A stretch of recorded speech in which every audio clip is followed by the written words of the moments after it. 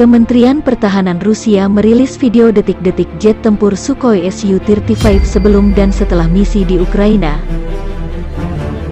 Tribun Timur mengutip situs Kemenhan Rusia, ini adalah misi pertama Sukhoi Su-35 di malam hari.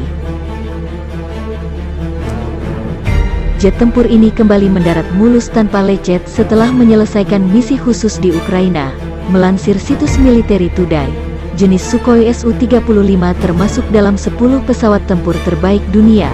Pesawat tempur dengan panjang sayap 15,3 meter ini merupakan pesawat tempur multifungsi yang dapat menjelajah langit dengan kecepatan melebihi kecepatan suara atau supersonik. Dalam keterangan situs tersebut, Sukhoi Su-35 mampu terbang dengan kecepatan maksimum hingga 2.390 km per jam. Sebagai pesawat tempur, Sukhoi Su-35 juga dilengkapi dengan berbagai senjata mutakhir.